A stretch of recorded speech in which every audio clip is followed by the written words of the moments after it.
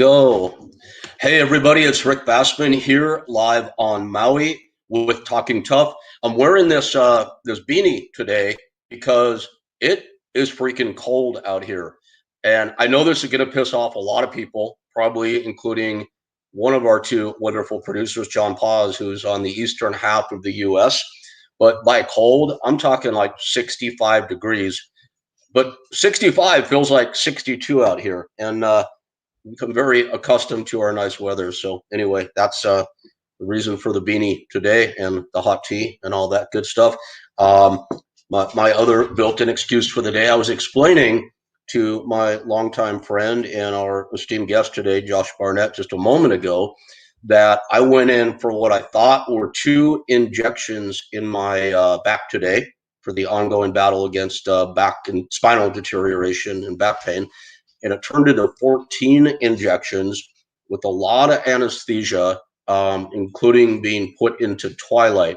So I'm just going to go ahead and say, if I'm a little loopy, and I'll try not to be, that's my built-in excuse. John, Rachel, you know what? That would be a good excuse for like every show, actually. We may want to think about that. Uh, our guest today is Josh Barnett. We'll bring him on in a moment. He's now, everyone knows who Josh Barnett is in the fighting world, in the wrestling world, now in the bourbon world, and in so many other places. And he's known these days as the War Master. Now, when I first knew Josh, his nickname, appropriately, I thought, was the Babyface Assassin. And they were both, it was a perfect description of who he was, because he had that look, that baby face. Now he looks like he should be on the Vikings series, and the Assassin speaks for itself. And I bring this up from babyface assassin to the War Master because this guy's career has evolved so much and covered so much ground that I think going from the babyface assassin to the War Master pretty much tells the tale of the performer that his fans know, of the man people closer to him know. And we'll get into why that makes more sense when we bring on, I'm very happy to welcome my longtime friend, the legendary Josh Barnett. Josh. Hello, from Hey, man. Babyface to War Master. I know, right? Dude, that's did you come up with both those names, or did somebody else give those to you? The rule of nicknames is you don't get to pick your nickname. If you pick your nickname, you are an absolute tool. Doesn't work that way. Someone picks Okay. your nickname, you get given a nickname. So TJ Thompson, who's out there in Hawaii, Yep. and Matt Hume came up with the nickname of the Babyface Assassin early on in my career, and it did fit because I was very baby-faced. But with time and scars and all the battles in the ring, not to mention any poorly made decisions in the middle of the night, maybe out in Roppongi, then you cease to be baby faced anymore. And the band Bolt Thrower from Birmingham, UK, death metal band, they gave me the nickname the War Master from one of their albums, and also derived from this character in Warhammer 40,000, this role playing game property called the War Master. So TJ in Hawaii with Babyface Assassin. You know, I know your career fairly well. I know the highlights. Admittedly, I'm nowhere near the walking encyclopedia that our producer John Paz is. He can probably list every fight, every match you've ever had, and the ones you probably will have in the future. For Hawaii, though, I'm not familiar. Did you fight for Super Brawl or for Icon? I fought for Super Brawl, and that was where I made my name. I fought in the Super Brawl 13 World Heavyweight Tournament, which had people from championships all around the world, and I won that. And then I fought in a super fight against Dan Severn, Future Brawl 2000, it was called, and that was Super Brawl 16. Yeah, technically it would be 16 in the order, and it was in the year 2000. Do you remember everybody you fought in that tournament? Yep, I beat. First round was the world's strongest man, 230 pounds and under, from Finland, Juha Tukasari. I armbarred him, and then I beat the neutral grounds champion John Marsh by double wrist lock, and then I beat the was it Extreme Challenge champion Bobby Hoffman Yep. by decision in the finals. Those are a bunch of big, back in the day, Josh. And here's one thing I have to ask you about. Okay, we're going to keep coming back to babyface for a minute, and we will get past this, I promise you. But there was a time in the evolution of mixed martial arts where the average fan thought the toughest guy on earth was a guy who looked the part. And I'm sure you know what I'm talking about. The body, the tattoos. I think when people looked at you back then, they wouldn't have said that is arguably the toughest man on earth right there. And I think there's an argument to be made for that.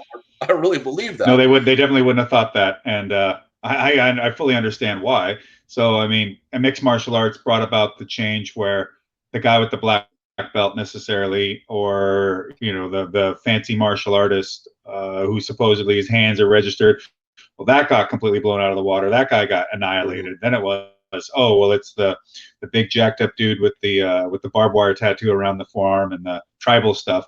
And then it was like, well, no, it's not necessarily that either. That guy could be really tough, or maybe not. It's more to it than that. And I consider myself a second generation MMA fighter. So with of the modern era, with the first generation being Royce, Ken Shamrock, Oleg Taktarov, Marco Huas, guys like that, Henzo even. So outside of the UFC, but still that's that first era. Eric Paulson is definitely one of them, and Matt Hume. And then I came as stage two. I'm a second era MMA guy. Right. Yes, like I've always been I'm sorry. Go on. Oh, like me and Vitor were probably the longest that are still hanging around. Dan Henderson was one of those second generation MMA guys like me, but yeah, I think me and Vitor are about all that's left. Yeah, I believe that's right. I think in the same terms as far as that original era and then the second. And yeah, exactly right. I can't think of anybody. Well, and to go to your question, maybe Mauricio to a degree. Yeah, Shogun, no, he would maybe be in there too. Arguably, but yeah, Shogun, yeah, maybe. But it's coming to an end, no doubt about it. To add to that tournament, there was a poll done on Full Contact Fighter back when that was where the Underground Forum was, and I think I came in like near dead last and voting of people predicting who was going to win the tournament, and that's because well, I mean, Heath Herring was in it. It was Heath Herring and Travis Fulton and Rocky Battistini, and there was also Rico Rodriguez, who was coming off of winning Abu Dhabi, and so a lot of people picked either Rico or they picked Heath, and both Rico and Heath went down in the first round. Oh, I'm sorry, Rico and Fulton, and both of them lost in the first round. And it's a hell of a lineup, and I apologize I wasn't familiar with it. And the reason I went to back to the babyface thing again and the way guys looked was you get John Marsh and Bobby Hoffman, two of your opponents. These were guys who back in the day would have been poster children for what people thought a mixed martial artist looked like. There's no doubt about it. And that's a hell of a victory. And speaking of, it's funny you mentioned Eric Paulson. You and Eric are pretty good buddies, aren't you? Mm-hmm. It's an old story, and I'll tell you fast, but I think you'll get a laugh out of it. My brother in college, he had a best buddy named Bob Dumity. I'll never forget this. Bob was about 6'5", 285 pounds, and jacked to the gills. And he told a story about how he and his brother, of equal looks and stature, were once walking on a beach in the South Bay when some skinny, baby-faced blonde guy started picking on them. And they answered it, and they got the shit beat out of them. And about 15 years later, in a conversation with Eric, was able to put together it was Eric who did that. It was just, and I had to call my brother and let him know all those years later that we found the culprit. It was pretty good. Well, that's pretty wild. I mean, he does have a bit of a mean streak in him when he gets fired up. So I guess it's not that surprising with Eric, especially, man, there was a point in the late 80s, early 90s when all this MMA stuff was kind of taken off, and people were just invigorated and electrified in trying to express it, but there was nowhere to do it. you know. So there's people training all the time, folks wanting to fight and get out there and, you know, figure out how they could get in a ring. I mean, I tell people that when I started fighting, that finding an official place to actually get a sanctioned fight was pretty hard and few and far between. So you just fought wherever you could. And the idea that you might meet someone on an internet forum and go fight them somewhere, that seems ridiculous. But it did happen. I can, you know, I answered the call at 19 years old, beat up grown-ass men. That's amazing, man. You know, it was really cool being around at those times. Of course, my perspective is different than yours because I wasn't. True, and you were a promoter, and you were involved Yes. in professional wrestling and other things, and you also helped in bridging that pro wrestling MMA gap. Right. But what I'm going to do is I'm going to make you. Well, I can't make you do anything, but I'm gonna press you on talking about Venom. I was about to bring up Venom. That is so funny, Josh. I was about to mention Venom. Yes, go ahead, please. Clint Dahl, putting this whole thing together and doing it in a soundstage so no one would know what was happening. And you bring in guys, Eddie from Shark Tank, Eddie Millis bringing guys coming from all over. Stephen Quadros and was it John Sally doing commentary? Right. Just a wild thing. And the product has never seen light of day yet. It's funny because, according to Clint, that demo has made the rounds. And it was funny because one of the guys who produced Bodog back in the day, I was talking to Clint. I go, man, Bodog sure looks a lot like Venom. I mean, maybe it's not in the warehouse, but I mean, the format, all this kind of stuff. I'm like, this is very much like Venom. And then as it turns out, one of the producers had been given that demo a long time ago. And it's so wild because Venom was done in what, like 1999, maybe something like that. And roughly, yes. And it looked awesome. Everybody had a backstory. Everybody had a reason to care about why they fought. What was it? Jamie Fletcher is fighting a guy and his leg snaps. Oh, no. It wasn't Jamie Fletcher. It was, what's his face? Unbreakable Sean, or what is that guy's name? He used to be one of Eddie's guys. Brian Warren. That's it.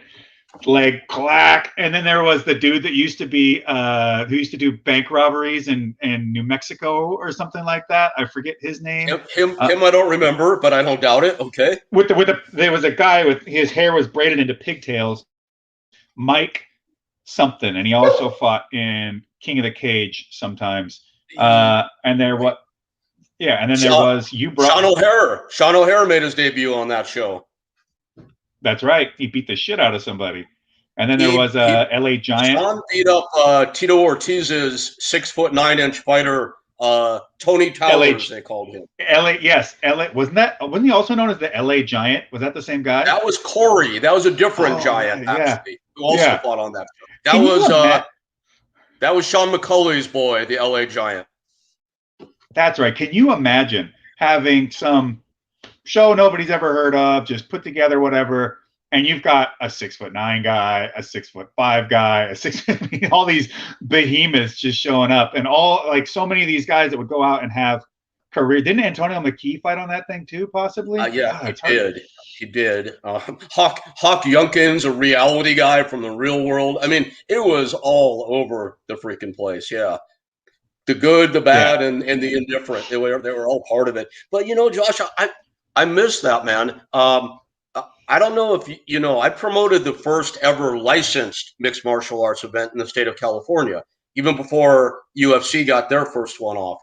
And it was at a nightclub, the 4th and B in San Diego, and still try to make it look like a bit of a monster movie. Like I had Maverick on the show, the Soul Collector, and Shannon Rich, and got characters. The way you mentioned the gap between pro wrestling and MMA, was something I want to talk to you about because I don't think anyone's bridged that gap as strongly and as prominently as you have. But I always wanted to book my shows that way. And when regulation came in, and granted, it needed to become a sport, it needed to be made safer. I'm all for that. But man, it took a lot of the fun out of it. It definitely did. No doubt about it. Yeah, understandably so. And, with the larger organizations popping up, it could be tough to try and keep something going, because if anybody looked like they might have an ounce of popularity, they would just get brought in somewhere else. You couldn't hold on to them, and it's tough to grow anything of that nature without a lot of capital to be able to burn through as you're growing the product. But the Wild West-ish elements of MMA were part of what made it so much fun. And hell, nowadays, you bring up the idea of maybe somebody fighting more than once in one night. Not only do commission people freak out, but the fighters themselves are like, oh, God, I don't know about that. Or if you deviate from the rules even a little bit, as they are for, let's say, UFC and the unified style of fights, no, they freak out. I mean, they're just so, it's almost as if people have become so utterly particular that they've lost a bit of the whole notion in the first place to go out there and challenge yourself and live this adventurous life fighting in the ring when you could, because the likelihood is that the amount of time you're going to have in your life to be able to compete like that is very, very short. And you don't know if you're going to get a couple years out of it or 20, you know? Yeah, so that said, we know these careers are relatively short, and I don't want to stay all on fighting tonight, because we have so much to talk about with your new liquor, with the bourbon company and your new promotion. There's so much to talk. We're not new anymore. Your established promotion. There's a lot to talk about.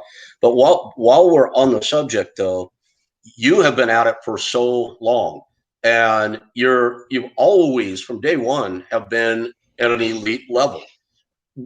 When do you see wrapping it up at any time, or do you still have some big goals in the wild world of regulated mixed martial arts? There's still time in this body to still go out there and fight. I still have some more fights under my belt that I'd like to get in, and some of it is legacy, some of it is just simply that the way I approach this is that I do it until I can't. And then I have to be honest with myself about when that time comes. But when it does come, that's it. Move on. Don't run this into the ground and run you into the ground with it, or your legacy. So knowing that it will end is something I accept. When that's going to be, I don't know exactly, but I know that I want to get the most out of it while I still have the opportunity to do so. And so that's just it, using it up. Health-wise, and vis-a-vis lack of injury, speed, reflexes, how are you feeling in all of those categories? Yeah, fair. I mean, nothing's perfect, and you're always dealing with something. Your body's often adapting to bad motor patterns or injuries or things, or even just repetition brought on by drilling and just how do I put it? Creating efficiency of movement. These things can actually have a deleterious effect over time too, because if it is beneficial to stand in a certain way and to be able to pivot and kick and do this and do that, well, maybe it also brings your body into a position where just regular every day-to-day stuff or just doing this over time puts you into these motor patterns that weaken other things or create deficits. It's like people that box and wrestle all the time, their shoulders are constantly forward from having their hands up or being in the resting position. And so it's just little stuff like that, like trying to check yourself and go, oh shit, I should stand up straight, I should pull my shoulders back, little stuff like that.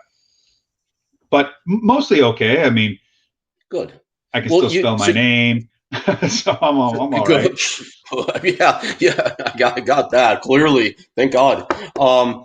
You mentioned potential legacy fights. Now, we all know there's been some near misses with you and Fedor, of course. And we know that with Fedor's advertised retirement tour and with you both being signed to Bellator, that's got to be an obvious one that you're after, or at least I would think it is an obvious one. It's the only one that makes sense. It's the one that makes, I shouldn't say it's the only one that makes sense, but it's the one that makes the most sense. And I've explained this before, that part of it is not only is it a legacy fight for MMA, in my opinion, but it's also a legacy fight for me, because you don't get the opportunity to get into the ring with someone that was highly regarded as the best fighter in the world, let alone someone that you deeply respect and you consider a friend, and maybe that's counterintuitive that you want to go out there and punch your friend in the schnoz, but yeah, I do. I want to punch my buddy right in his beak, and Okay. I expect that he's going to do the same to me, and that's part of what makes it so enticing. So, I know that the world would love to see that one. No, no Have doubt. you? They would love to see me getting hit in the face. Well, they can't get enough of it. I don't know, Josh. You know what? I think maybe arguably there was a time when you weren't the most loved guy out there, maybe. But that's changed now. People are drawn to you these days. Dude, you went from like the baby face that not everybody loved to the old rugged Viking who everybody loves now. Do you look at it that way, or do you see it differently? I don't know. I don't know. I know I have some great fans, and there is a fan base out there that really is behind what I do and supports me, and I'm very thankful for that. There's even I can say there's a significant amount of people that are not fans of mine that love to approach what I do with negativity. But even then, there's a bit of love in that, that they're so spurred on to talk about what I'm doing and myself, even if it's not in a very kind light. That's okay. You're still promoting me in a way. I'm still living in your head, and maybe in some way you actually are in some kind of admiration of what that is. Either way, I'm still bringing something to the world that gives people interest. And while I would much prefer people to be positive than negative, just in general, because it's better to build things up than tear things down. And it's way easier to go negative and to be not critical in a building in a positive developmental sense, but just being critical because you can be a critic. Well, fine, whatever. Sure. I can't control how people digest things, but I think that by staying to who I am and my ethos and just driving forward and always building and creating and being the person that that acquires the relationships that I do because of who I am and how I treat them, it'll all work out in the end. Yep, good. Wow, I'm just taking that in, and it makes such perfect sense on every level. It's Like, remember when we were unfortunately. doing stuff with what was the agency you were with again? And Well, you had us. initially Triad, which became William Morris, but then later CESD, the Cunningham agency. Yeah, so I remember working with you at stuff at CASD and then doing skits for the Tonight Show and stuff like that. Right. And pairing up with God damn it, my buddy. Oh my God, how am I not remembering his name? I can see his face clear as day. Why am I blanking? Give me a hint. Maybe I can help out. Bannon, Chad Bannon. Oh, Chad. God love Yeah, Chad. Yeah, of course. and so doing stuff for the Tonight Show with Chad and actually my friend Mickey Black even was in a skit related one that was not filmed at the same time that I did my piece, but that's just all that goofy kind of stuff, man. It's so much fun. I think you also sent me in on one. Yeah, I think you sent me. Who's the guy that does ex pro wrestler that does motorcycles? Like he's big into the motorcycle customizing and building industry. And he's jacked as shit. Chuck Palumbo. Yeah. So I saw Chuck Palumbo. We all went in for Hannah Montana that you set us up with. Yep. And how it came down in the end was that John Cena was already up for the role anyway. So like, what the fuck are you seeing us for? Even if we did a better job, you're not going to want to use us. Why are you wasting Rick's time? But that's Hollywood, right? Yep. And they probably failed to reveal that to me up front as well. But they never do. They never tell anyone that like, oh yeah, well we're seeing John Cena for this, but how about could you send us in a few guys? It's like, Yeah, and yeah, let's take your time, let's take their time, right? The whole 9 yards. That's Hollywood for you, as you Did know, you because did you because get you live there. You know I that because do. you live there. Did you get Mike O'Hearn into some stuff? Many things over the years. Yes, different things. Yeah. Yes, of Yeah. Me course, and of Mike course. went in for a Heineken commercial. And I remember getting to the callbacks and finally getting the sides on what it was. And they wanted an old timey, like handlebar mustachy kind of boxer guy. And I go, why did you give callbacks to like the dude with dreadlocks?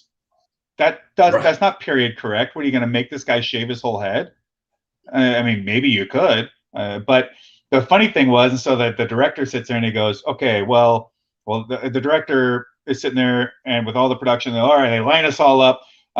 Even Jean-Claude Loyer showed up for this thing, and K1 kickboxer. And so, okay, shadow box for me for about 10 seconds.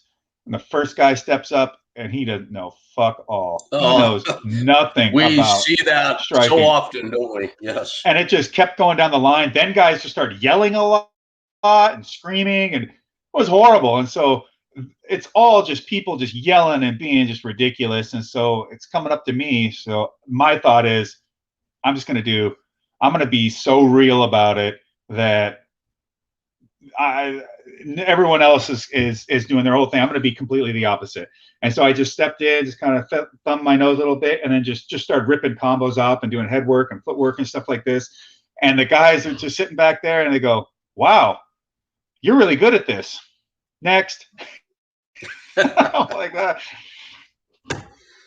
Dude, you just never know in that world. And like you said, they don't always give you the straight up. Sometimes they do, sometimes they don't. I've gotten a little better at sussing that out all these years later and making sure no one's time is wasted anymore. But we're all Yeah. learning back.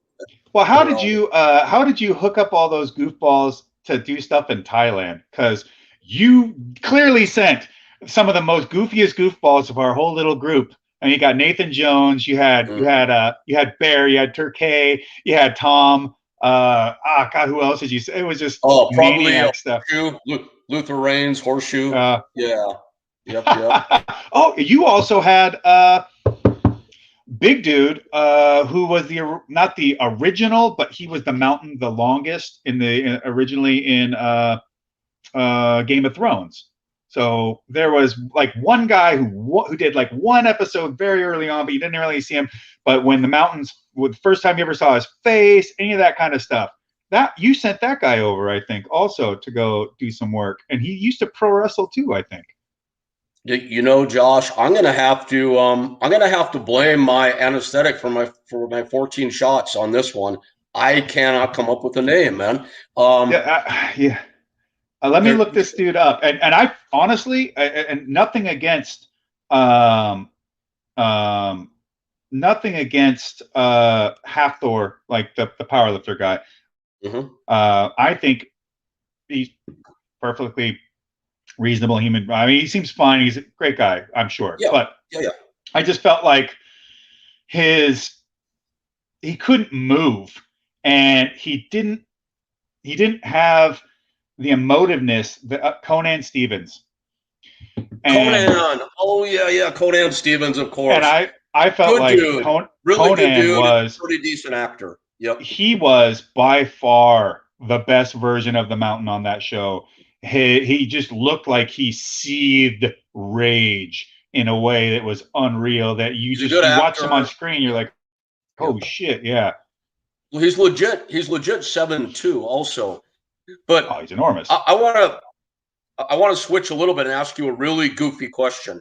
Back to more goofier than me bringing up this shit. Okay, this is goofier. Yes, you know Hafthor has. Do you know he has a fight coming up? Are you aware of that?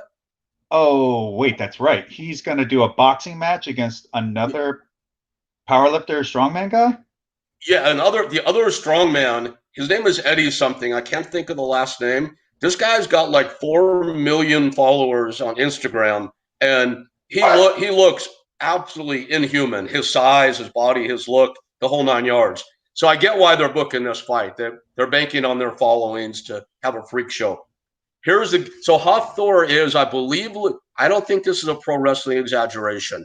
I think Hafthor is about 6'8", 360, if I'm not mistaken. Jacked to the gills. He's now supposedly been training for this fight for months. So here's the goofy question: How quickly would you eat that guy's lunch? Probably within a minute and a half at least. And that's just if I'm just picking away at him, jabbing him, moving him, and just making him work. I think unless these are 1 minute rounds with 2 minute rests, these guys are screwed. Sure.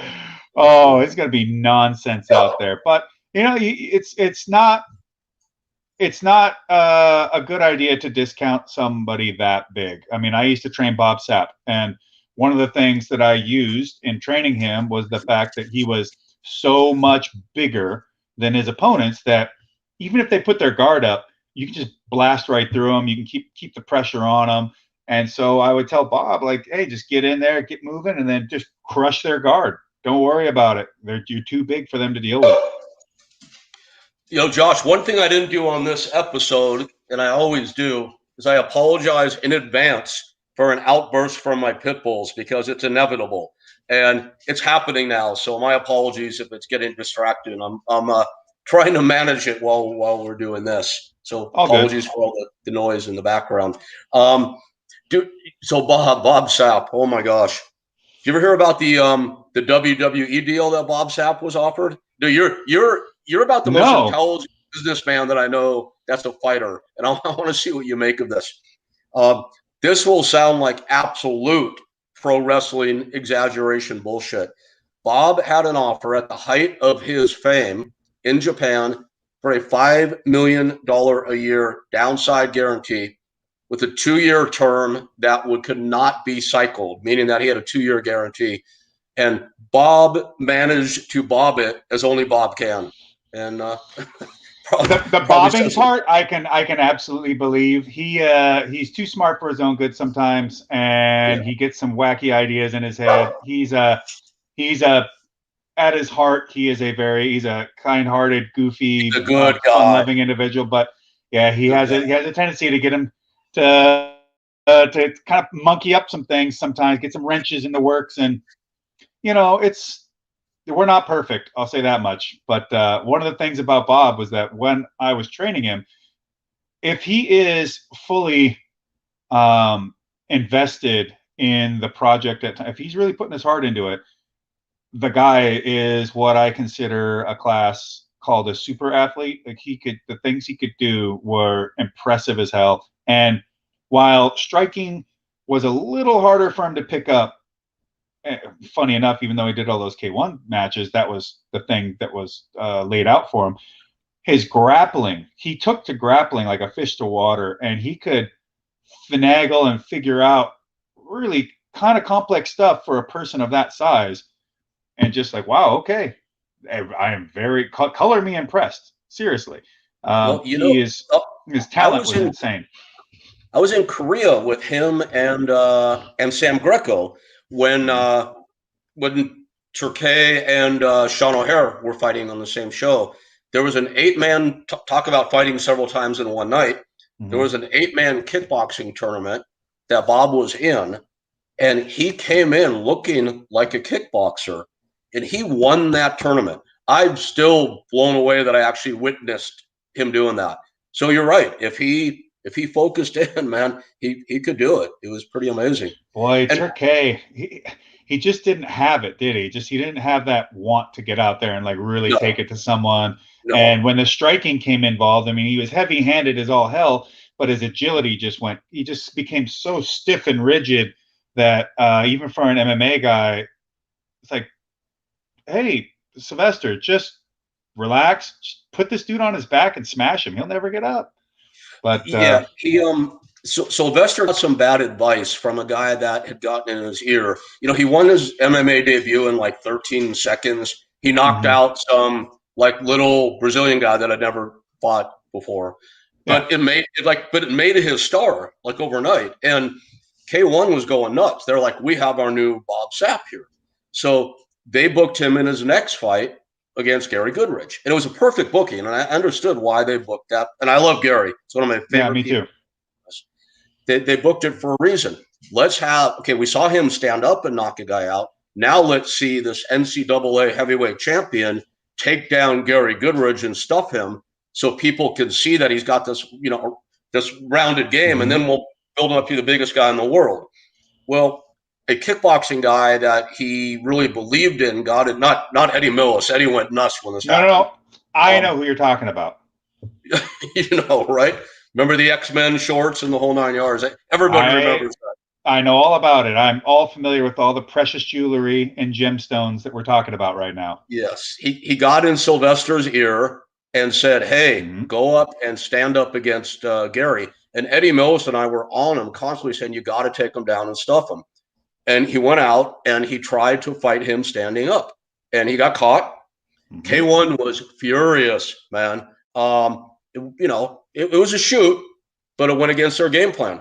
It definitely did. And it was set up for Sylvester to be showcased.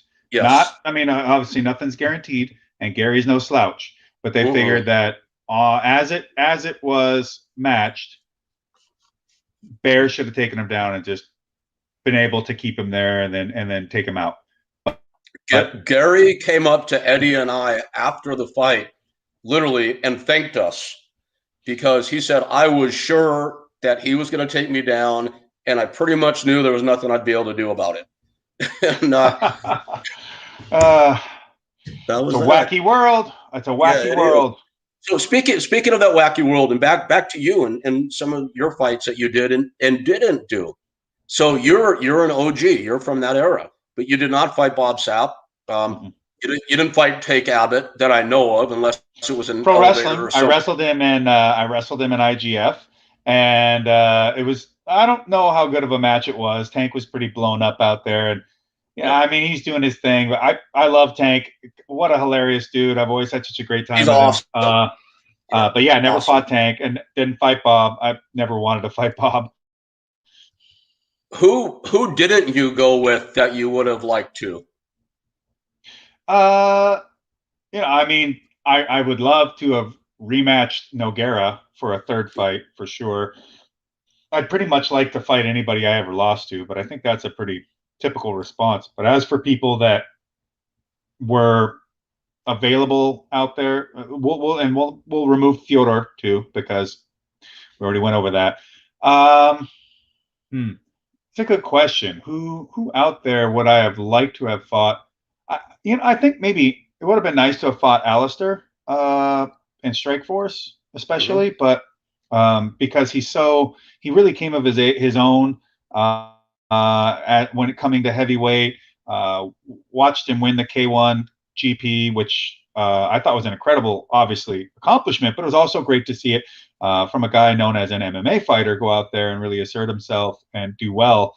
And then the titles he's won, and I know things are not going the best right now for him in MMA and the UFC, and it's not like he's out there being a slouch or losing to just like Johnny Nobody. And he's fighting with some of the best guys out there, and it is tough in that environment.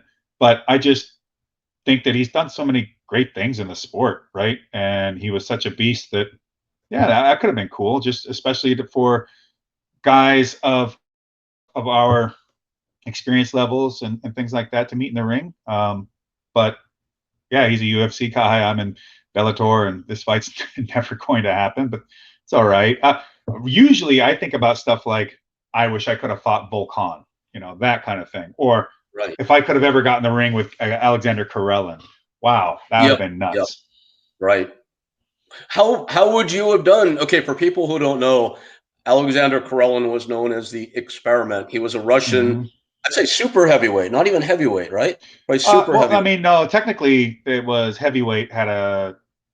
I think it was unlimited for most of wrestling, and then I think maybe in the 80s it had a cutoff at 286. And so he used to cut weight to make 286 at like 6'7". So he was considered at one time the most dominant athlete in the world, not just in wrestling or combat sports, but in any sport. Yes. When you say you would have liked to have fought him, In wrestling or in mixed martial arts? Well, it would have been awesome to get on the mat with him in wrestling. It wouldn't have lasted very long. He would have killed me.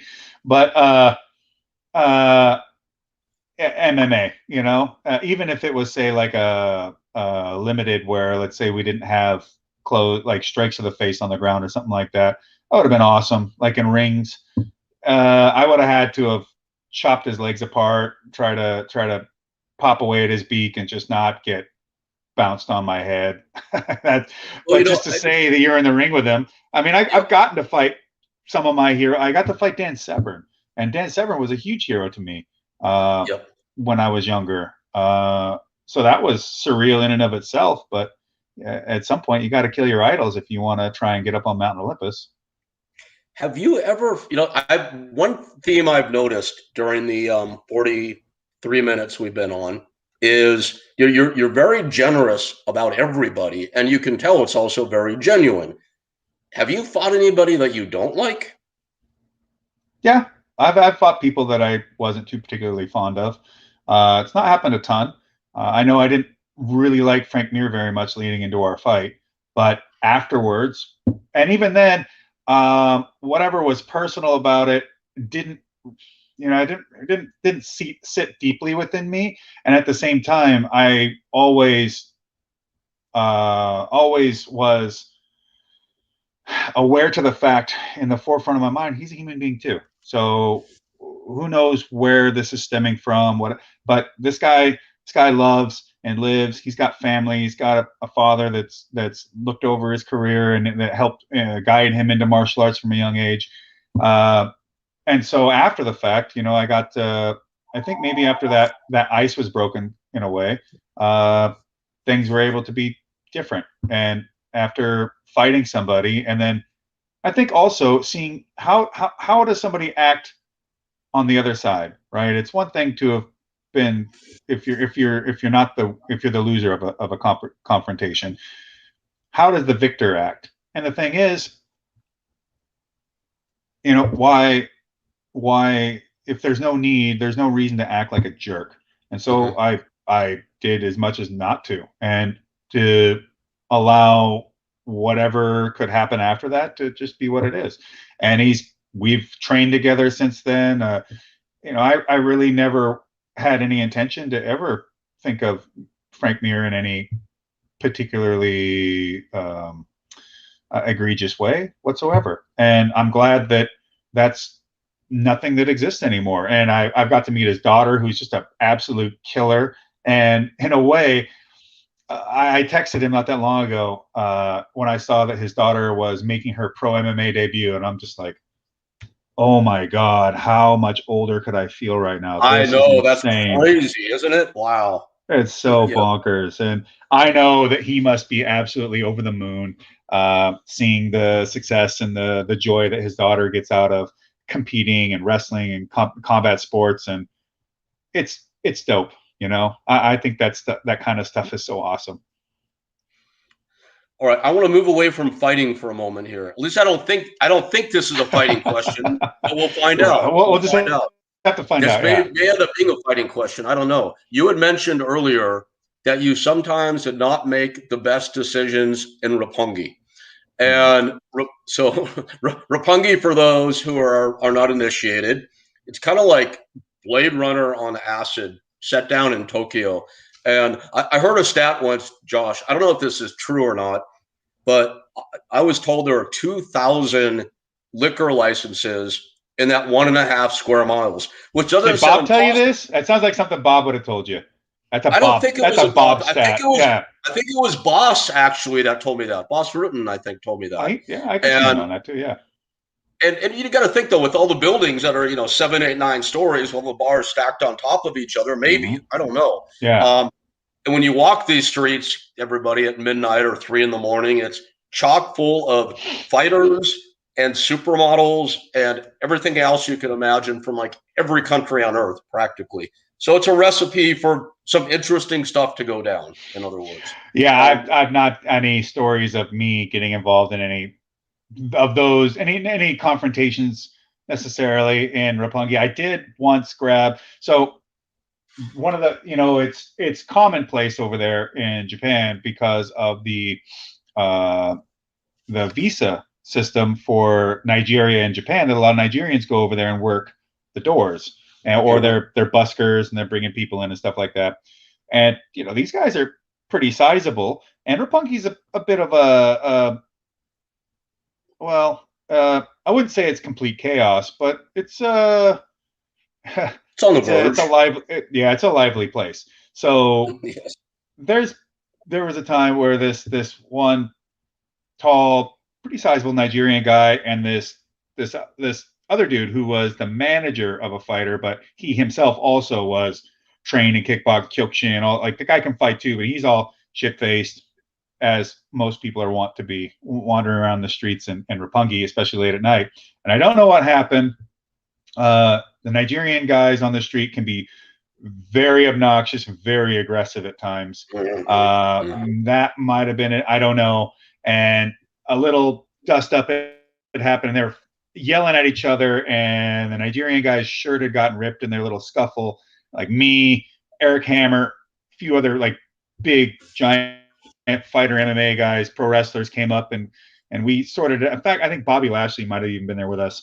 And so we see it, and we kind of we pull it apart. And we're like, hey, what the hell's going on? The one dude, the French guy, he's wasting. He's like, this guy did XYZ and blah blah blah. I think he tried to shake him down for money, or it wasn't on the up and up. And at the end of the day, we're not going to be able to really, sit these guys down and cross-examine them to figure out who was the bad guy. And the Nigerian guy was like livid, wants to fight him, all this kind of stuff. He's like, he tore my shirt. He's going to do this and he's going to do that, and I'm going to do this. And and we just basically said to him, like, look, if we let this guy, the dude you're scuffling, we let him go ahead and let him do his thing, he's just going to knock you the fuck out. So I don't think you want that. And if you want to keep getting spicy, I mean, you don't want to fight any of us either. So let's just call it good. And the guy it seemed like he came back from the haze of whatever that emotional interaction, that emotional melee was. And I think he took stock real quick and was like, maybe that's not good, because none of these guys are mad besides, the drunk guy over there. Right. But they're telling me, don't do it. So, and they're just like, hey, I mean, if you want to, go for it, but I wouldn't say it. I wouldn't suggest that you do so. And so guys like, you know what? Tonight just sucks, and bye. And then we had to throw the French dude in a cab and pay the guy, like, please don't stop anywhere. Don't listen to him. Just take him straight to the hotel. There you go. He's not fit for service. All right, Josh, only because this is a podcast and we have to ask these types of questions. You're not going to tell us who the drunk guy was, are you? Mm-mm. All right, fair enough. All right. Do you remember Stefan Gamlin? Oh yeah, German, huge dude. Didn't he also play World League football? He did. Wow, how do you know all this stuff?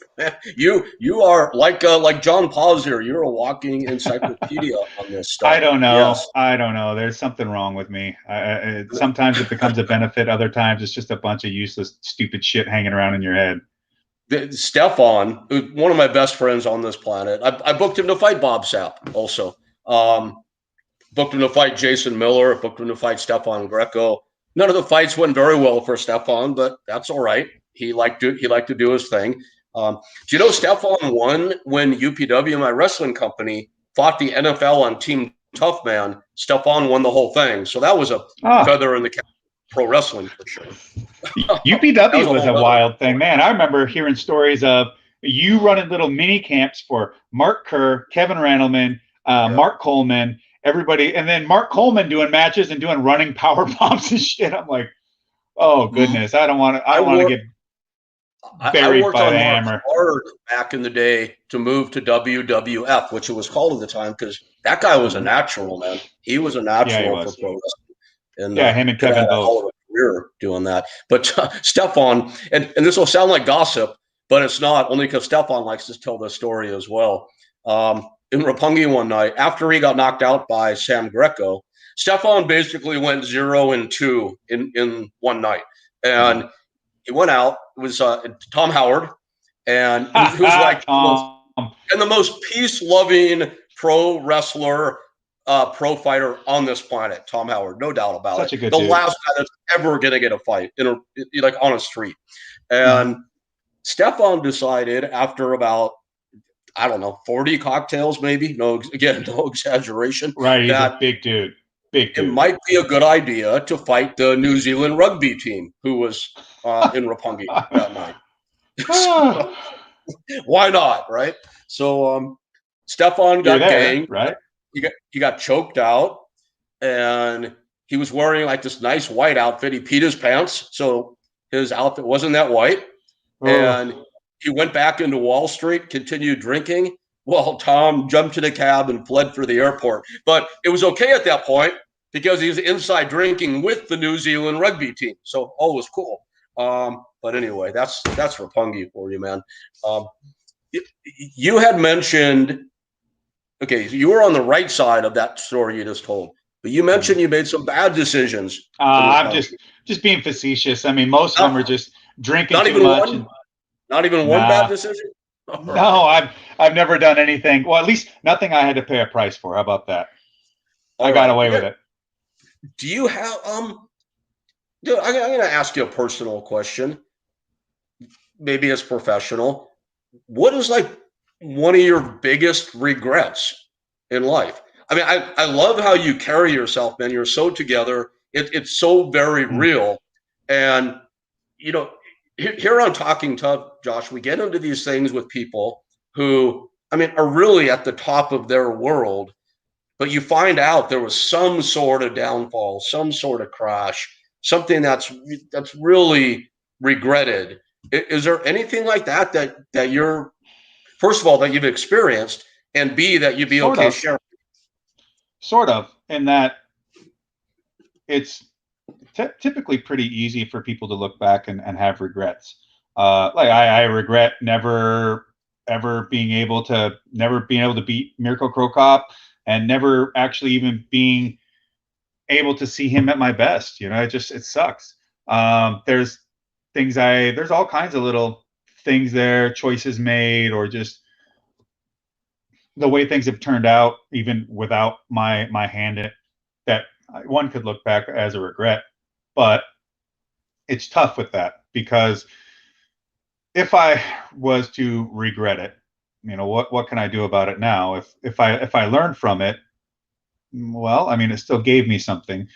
And regret usually follows, or what shortly follows regret is the idea of, well, doing it differently and getting a different outcome, getting a more favorable outcome. Well, I truly don't know what that more favorable outcome is, to a degree, because let's say, you know, beating Daniel Cormier,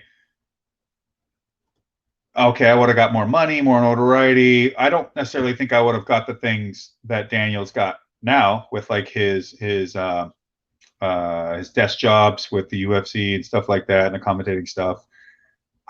I don't really know that these things would be, that I would be a better me at this point. All I know is that I'm pretty happy with the person that I've grown to become, and to be accepting of that means that I need to accept that all of the ways in which I failed, I lost, I was either by my own hand, or just someone was better, or who knows what, right? In any way that something didn't work out in my way, that is part of what brought me to being the person that I am today. So it's tough, because I'll say this much: the thing that I regret is this thing that I regret always, that I will always regret, and that is any time that I allowed myself to have too much anxiety or too much fear to push, to just go and do something. When I'm thinking too much about what some kind of external, the external reward, or the external opinion, the external what the external opinion is the best word I can come up with right now on my actions would be. How do I look? What are people thinking about me? The better you are to get past that, not only the better you can perform, because you're just doing the best that you can do at that time. however good or bad that may be. But also, I think it allows you to be more aware of criticisms that would be valid, or in ways that how you are being perceived, and what you can draw from that to help give you cues to be better. Because there's always tons of noise of criticism, like we talked about earlier. But even at times, even in the myriad of just stupid comments, there can be all kinds of information signal within that can apply to you, or just all applies to them specifically. But if you can draw from it what is useful, and see where, like, well, even if such a thing isn't true about you, but it's being perceived as how you are, well, okay, well, that's at least a way of trying to get a better understanding under the skin of those that are viewing what you're doing. And so I can think back on times where I've been like, I chickened out on something, and it's like, man, you fucking, why do that? Let's say you failed. Who cares? The girl you didn't talk to, or the thing you didn't put all that effort into, and that this is something that's going to be a constant thing. Just the times that you talk yourself out of doing something that, at the end of the day, if you don't succeed at it, it's not a big deal. Man, Josh, I love that. It's words to live by, man. And it's something I always say. It's what we do, how we look at life. It's 99% of choice, isn't it? And it's a lot. It's a lot choice. There's a lot of choice in that. A choice in how you take it, choice in how you what you do with it, choice in whether you decide to take the leap or not. And a choice to not get caught up in what you maybe didn't do in your past that you think you should have done, or that you did do that you think you shouldn't have done. Like you said, take stock and move on. And I love where you are, and thanks for sharing that with us. I truly do appreciate that.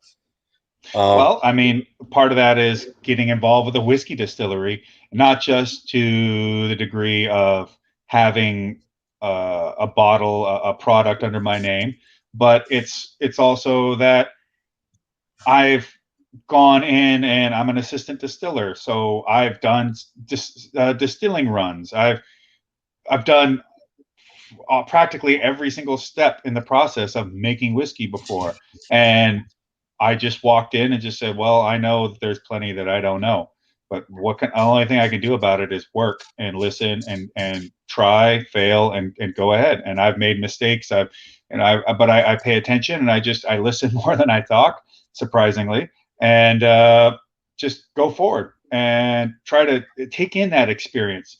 I always kind of wanted to run a professional wrestling show, and lo and behold, here it is. I've got 6 events now coming up. The 6th of our events for Bloodsport. Yeah. And Josh, I'm so pressure. sorry. I want to interrupt for 1 second, only because I wanted to get to these 2 subjects. I've got you here for an hour already. I appreciate your patience. I know we've gone long, and obviously we want to get to Bloodsport, your pro wrestling promotion, and to Warbringer, your bourbon. Which I thought you just let your name to for a brand. I didn't realize that you were that deep in the process yourself, which is amazing. Bloodsport first. I know you've always been a pro wrestling fan. You're an aficionado. You're a historian. You know that world. You now have the Bloodsport promotion. The URL is crawling across the bottom of our screen, everybody, while we're talking about this. Josh, why at this point in your career, in your life, are you promoting a pro wrestling brand? What's the genesis? The simple answer is that Brett at GCW reached out to me to compete in the first Bloodsport they did with Matt Riddle, and there was a conflict, so a scheduling conflict, so I couldn't make it. Then when Matt Riddle got signed after the first Bloodsport show and all of his indie stuff to the WWE, they reached back out and said, hey, would you be interested in taking over this project and on being, the title name guy?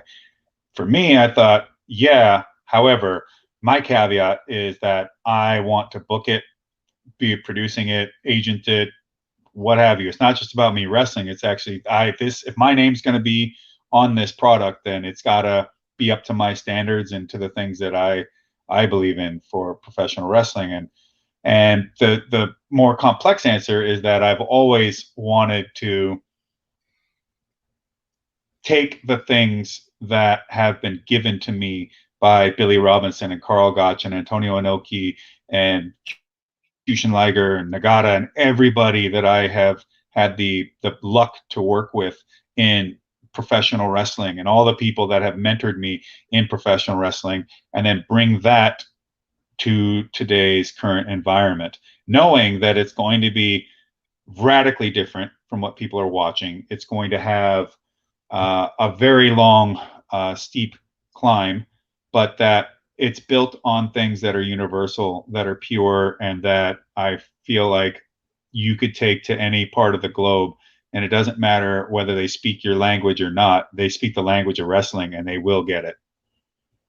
And it's a really cool product. I've seen it. I'm a fan. For MMA fans out there, the guy that used to sure run UPW is a fan of fighters in wrestling. I know. Imagine that, dude. I always loved reality-based stuff. Believe it or not. Even though we promoted the prototype and the rest. Sure. No, but I mean, you had a whole gym full of guys that were fighter-based and otherwise. I mean, it was a real menagerie of guys. Hell, I remember when you guys would roll in at Raw after I was done training with Rico and Vlad. Yep. You guys would show up. Yeah, that's right. Yeah, I always loved it. I think your product, Bloodsport, is great. Any pro wrestling fans watching this right now probably know it. If you're watching and you're a mixed martial arts fan and you haven't seen it, if you're not an MMA fan or a pro wrestling fan, still check it out. I encourage you to do it. It's a very different product and very, very cool. Where are you going to go with it, Josh? What's the goal for Bloodsport? Just to basically take it as high as I can take it. And I don't know what that's going to be. I'm not looking in any way to ever sell out the ethos of what it is. And I know that seems pretty cliche. I'm sure you hear that all the time. And then, of course, somebody completely sells out the product. But I don't think it works that way with this. It's built on something that is very sincere. And if you take that away, it won't work. It will fail. And it's important. It has to be pure. There's no doubt about it. Has to remain has to keep its integrity to be what it's destined to be. So speaking of pro wrestling, where it's not about being reality based, so you're promoting Bloodsport now, and it's going well. Mm-hmm. You have events coming up, and I want to we'll get to that in a second. So in the midst of all this, Bloodsport's happening. It's going well. You're doing great. You see the future evolving the way you want it to evolve, and the phone rings. And it's Triple H saying, Josh Barnett, we want to sign you to WWE. What do you do?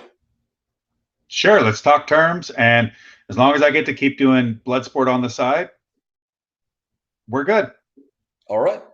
Fair enough. I mean, I have a relationship with Paul as it is, because I've just got, as they say in the business, my boys over in WWE. So I talk to him, I talk to Regal, I talk to those guys when needed. I've got Shayna. I trained Shayna Baszler from the ground up as a professional wrestler, and I manage her. So I've got her in the WWE. Both Jessamine Duke and Marina Shafir are over there, and then guys like Timothy Thatcher, who I've worked with a lot. He's also now in the WWE, and there's a few other folks who I just have had time a little bit with on the mat who I've worked with, but they're not maybe exactly my boys, but I keep an eye on them just to make sure they're doing well. And I'd love to steal I'd love to steal a bunch of them actually to use for Bloodsport. I mean, Bobby Lashley, come on, that guy. Right. He's not only is he one of my boys, but the fact that he's champion now only makes absolute complete sense to me, because he is one of the best guys in that company, and he's tougher than shit in real life. He's a solid fighter in real life. He's great. I cornered him as he's winning belts, so it's great to see him holding the belt in that WWE ring like he should. And he's a good dude. But I would not only would I love to take someone like him or Walter, or of course my girls that are over there, and Tim Thatcher and Riddle or Brock. But the one that would surprise people maybe is I would love to have John Hennigan, aka Johnny Johnny, Mundo. What else did he go Johnny, by? whatever. Yes, right. Yeah, because John used to come and train with me a couple times a week, and that dude, not of course, everybody knows what an insane athlete he is. Like it's mind numbing. I just sit there and go like, hey, go, oh yeah, hey, I'm gonna work out a little bit before I go over there and get in the ring with you guys. Is that cool? Like, yeah, sure, no problem. All right, I just need this little space here, and he just does like backflips for 10 minutes or Oh, something. It's like, the parkour. You've seen his parkour stuff, of course. he's Amazing. Yeah. insane, and he's 200. He's like 220 pounds and Yeah. 6'2", doing all this crap. So, but he wrestled in college. He has some skills, and it's funny, he hadn't really been shooting in a long time, and I just put him on the mat with this other dude. It's like 2:30, and they're kind of going at it, and the guy takes a shot on John, and he like a cat getting scared from behind. He just just launches over the top of the guy, like, and the dude shoots. And he's like, "Where the hell did he go?" And all of a sudden, John's on top of him, and John would like shoot from 6 feet away and just fly into the guy's leg and finish a single, peek out, get behind him, like, okay, this is pretty damn cool. Yeah, and I love Hennigan. He's one of my favorite people in the business personally. A lot of history. Very nice guy. In my mind, I'll say about him what I said about Scott Steiner 20 years ago. If they book John Hennigan properly, he potentially will be the future of that company. I really do believe that. He'll emerge from the tag team with The Miz, who's another friend, and really, really set the world on fire. I believe he has that potential. Well, I mean, I understand the want to use John the way that they do. I get that, but especially the whole Morrison gimmick, how it was, but I feel like John's the kind of guy, if he had the right agent behind him to try and mold things a little bit, and kind of not change John, but actually in some ways boost up John. Like, hey, no, Yeah, really just enhance what and who he is. Yes. Yeah, well, John isn't one likely to be like, oh, I did a good job. It's like, no, you actually did, dude. You're really good. You're way better than you give yourself credit for. Like, have a bit more confidence about yourself, and I'm not saying not to lose any humility, but just you are really talented, and you let it just. Bro, go for it, and just a little steering here, a little steering there. Just it's my opinion, and I think that John would be top of the company. I'm right there with you.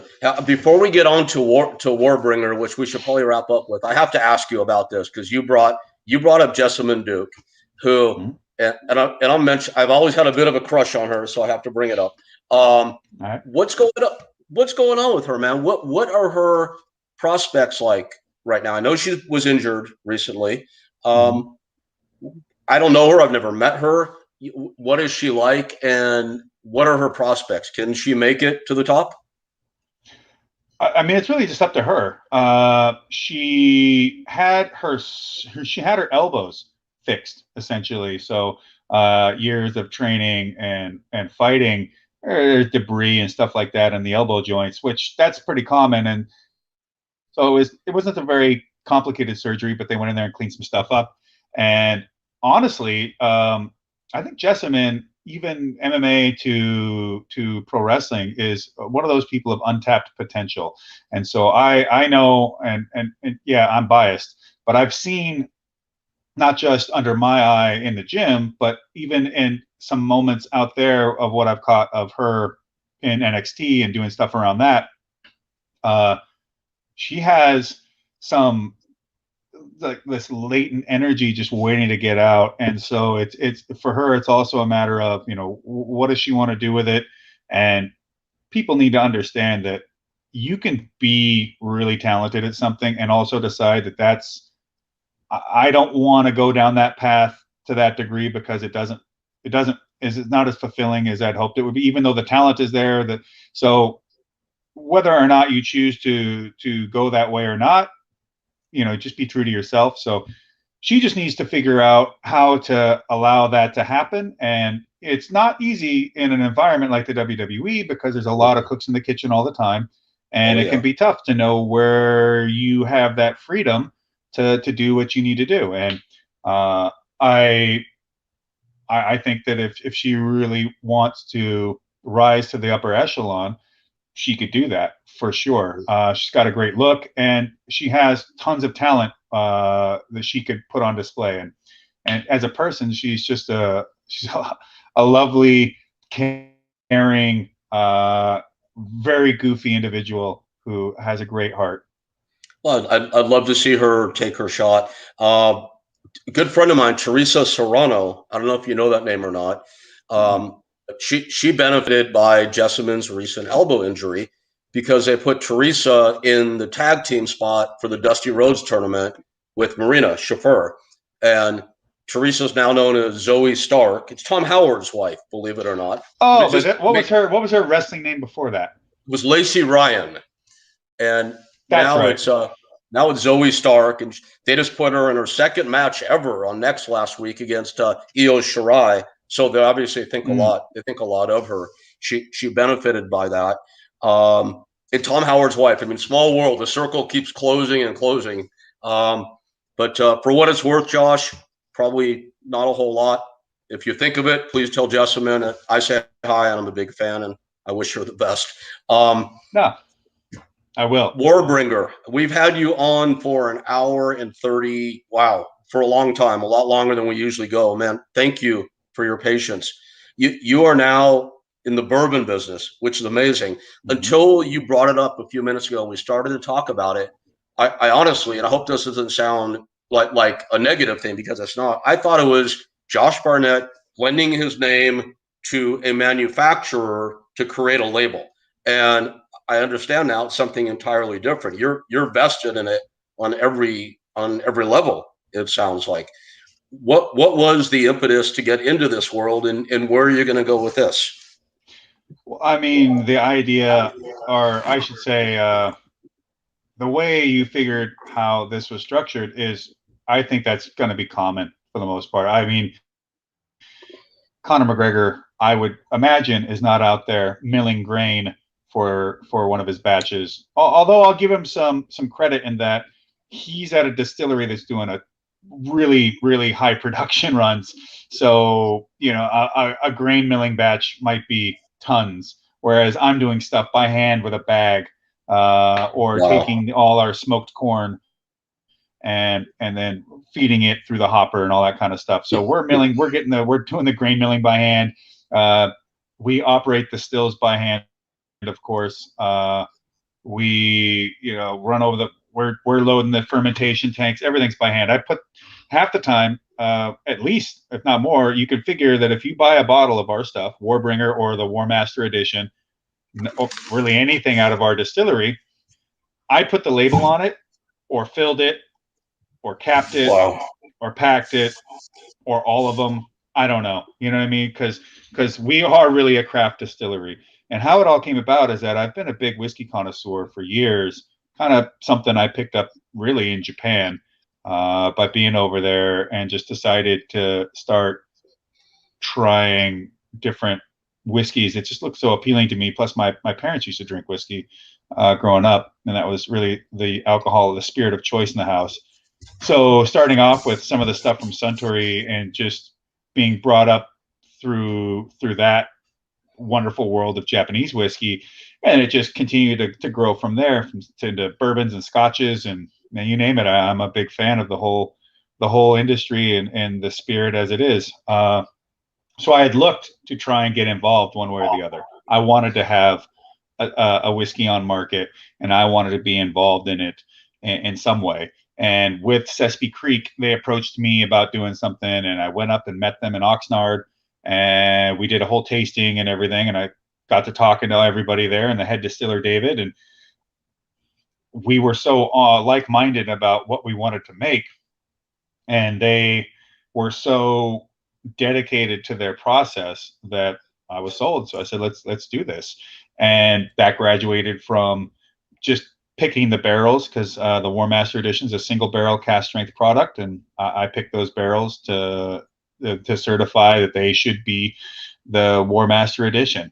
And then from that, it was like, well, you're up the road. There's times that we need to get things moving, so I'm going to be a part of this, and I'd like to learn this process myself, not just so that it makes me more knowledgeable as someone that is in the industry, but because life is about opportunities to grow. Life is about becoming more of a well-rounded individual, or someone that has more knowledge in the world. And I like the idea of being a Renaissance man. So being involved in the process the way it is, from the most menial task to the most advanced task, it's just how that I want that journey of life to begun, you know? Yeah, and you're fully vested, which I did not know. So I mean, admiration and congratulations for that. And if people want to try it, John and Rachel, they have the crawl going across the screen. I'm guessing that's where they could go. joshbarnett.com/Warbringer or or www.warbringerbourbon.com. And there's also in the Southern California area, I believe that we are in Costco in San Diego and Costco in Apple. No, I'm the worst at this kind of thing. We are in some stores in, I believe that we're in K&L Wines, and we are at Fountain Liquors. A few. We're trying to get out there. We are small. That's awesome. And you will see us on the Joe Rogan podcast all the time, because that's what Joe drinks. That's and we great, keep him, man. We keep them loaded up. I'll bet. Hey, if I want to get a bottle, if I order one, can I get a signed label? Yeah, no sweat. I'll do it for you. Awesome. No big deal. I'm gonna order a case. I'm gonna order a case from you. So you're a Scotch fan. Okay, we're gonna get back to how to watch Bloodsport, and then I'll let you go. I promise. But I have to go for one more departure while I have you. You're a Scotch fan. Mm-hmm. You may be a little young for the following, but I'm gonna bring it up. Are you a fan of 80s music by chance at all? Absolutely. So every year in Scotland, there's a festival called the Rewind Festival. I don't know if you've heard of that or not. Again, you might be a little young for this, but they bring out literally like 30 new wave bands, like Soft Cell and the Human League and Frankie Goes to Hollywood. And they all do their one or two hits, but they do it on the grounds of one of the most famous Scotch distilleries in Scotland. So I'm putting a group together this year to go. I've talked to Boss about it, talked to Butterbean about it. I'm going to let you know, man. If you want to join us, that'd be awesome. How is Butterbean? I haven't talked to that dude. No, Eric is such a sweetheart. He introduced me to oh, come on, don't let me forget this guy, Louis Anderson. And I was I'm they're good friends. I'm a huge Louis Anderson mark. And I remember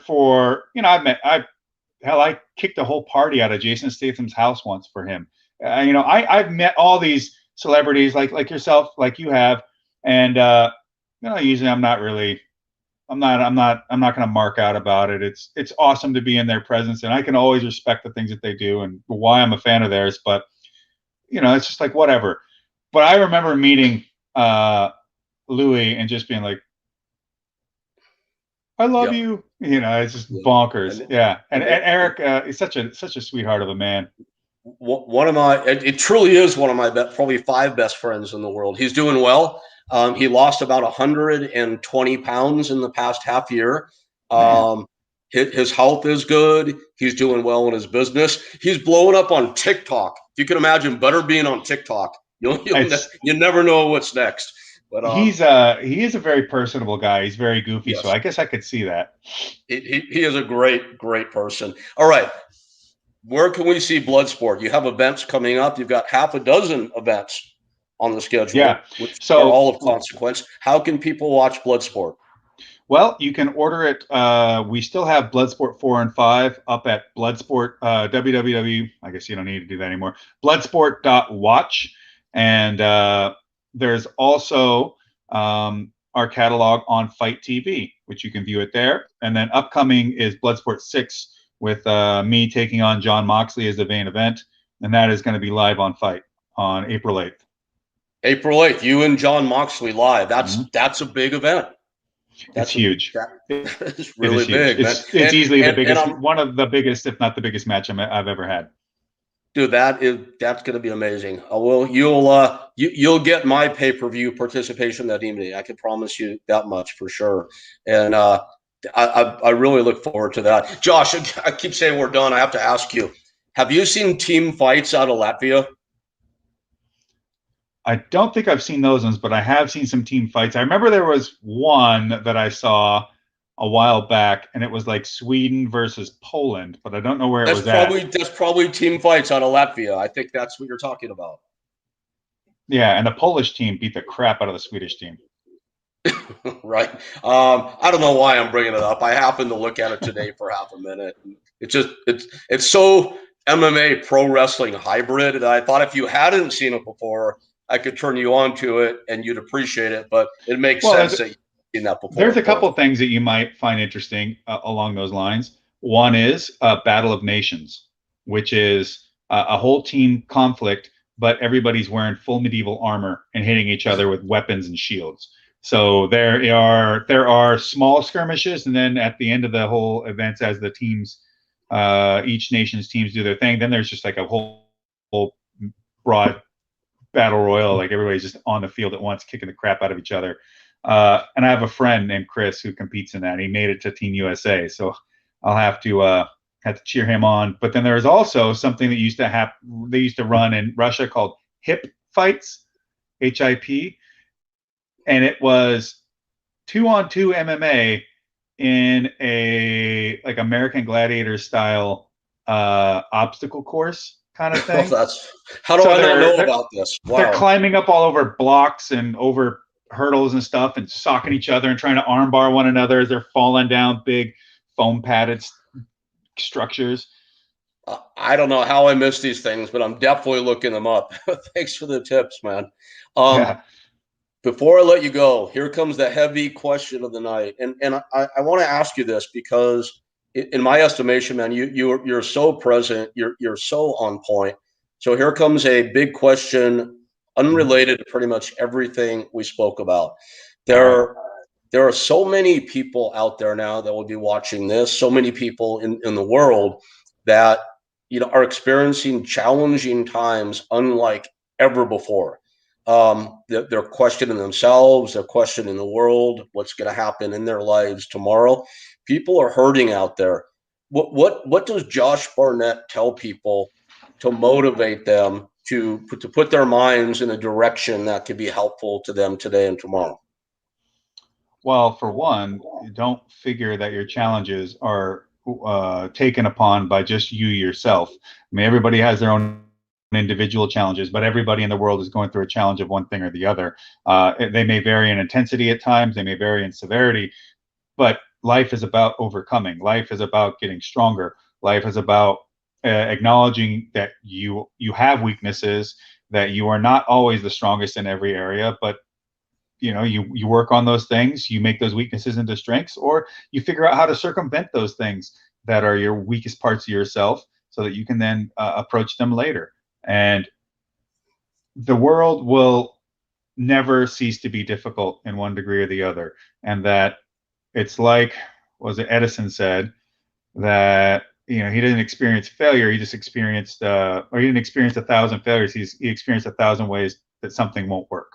And so it just taught him, maneuvered him on the path to finally getting to the answer that he's looking for. And it's funny because I was reading Nietzsche today, and one of my favorite quotes of his is from the Antichrist, and it is, "What is good?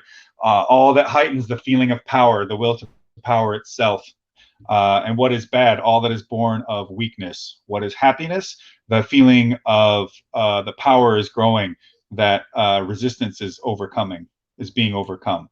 And so that's the thing. Everybody is in a state, you're always overcoming whatever it is. And you may not win that battle today or tomorrow or next week, but that you just don't roll over for it, and you just keep moving forward, and you make the most out of who you are and what you have when you have it. And when you know better, you do better. Thank you, man. That's, like I said once before earlier, words to live by, and I appreciate that probably more than you know. Josh, we've had you here for a long time. Thanks so much for being on tonight. Everybody watching, here's my suggestion. Order a case of Warbringer order Bloodsport, sit back, and have a great bourbon while you watch one of the coolest products on Pro Wrestling / MMA available today. From brought to you both by Josh Barnett. Thank you, Josh, man. It was really good to see you. Thanks, Rick. Nice to talk to you. And hopefully we'll cross paths soon. Appreciate it, my friend. Thank you. Take care. Good night.